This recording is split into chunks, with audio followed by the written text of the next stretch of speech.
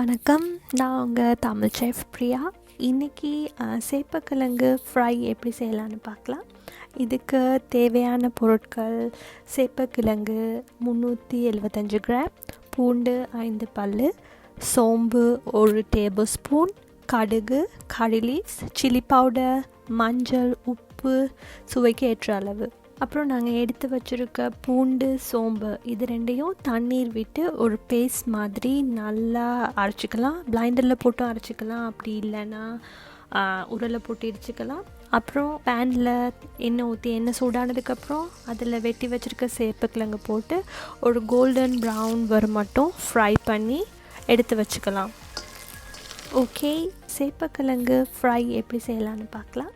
இன்னொரு பேன் எடுத்து அதில் சிறிதளவு எண்ணெய் ஊற்றி சேப்பக்கிழங்கு பொரிச்ச எண்ணெயை யூஸ் பண்ணிக்கலாம்.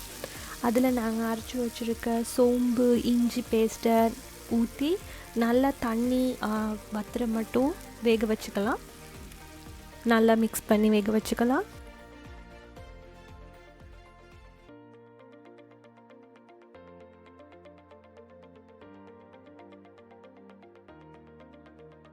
சோம்பு கார்லிக் பேஸ்ட் எண்ணெயோடு நல்லா குக் ஆனதுக்கப்புறம் அதில் நாங்கள் எடுத்து வச்சுருக்க சில்லி பவுடர், மஞ்சள் சேர்த்து நல்லா மிக்ஸ் பண்ணிக்கலாம்.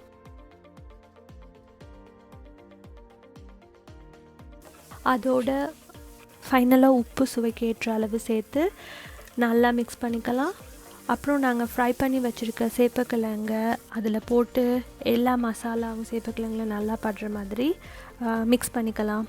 ஃபைனலி இன்னொரு பாத்திரம் எடுத்து அதில் சிறிதளவு எண்ணெய் ஊற்றி கடுகு போட்டு அதில் கறி லீவ்ஸ் போட்டு நல்லா ஃப்ரை ஆனதுக்கப்புறம் அதை சேப்பக்கிழங்கு ஃப்ரையோடு சேர்த்து நல்லா மிக்ஸ் பண்ணிக்கலாம்.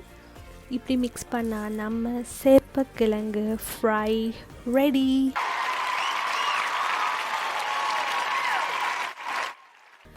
சேப்பக்கிழங்கோட ஹெல்த் பெனிஃபிட்னு பார்த்தீங்கன்னா பிளட் சுகரை கண்ட்ரோல் பண்ணும், கேன்சர்லேருந்து நம்மளை ப்ரொடெக்ட் பண்ணும், இம்யூன் சிஸ்டத்தை பூஸ்ட் பண்ணும்.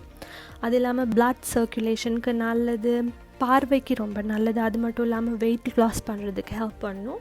உங்களுக்கும் என் சேப்பக்கிழங்கு ஃப்ரை ரெசிபி பிடிச்சிருந்தா லைக் பண்ணுங்கள், கமெண்ட் பண்ணுங்கள், ஷேர் பண்ணுங்கள், மறக்காமல் சப்ஸ்கிரைப் பண்ணுங்கள். நன்றி.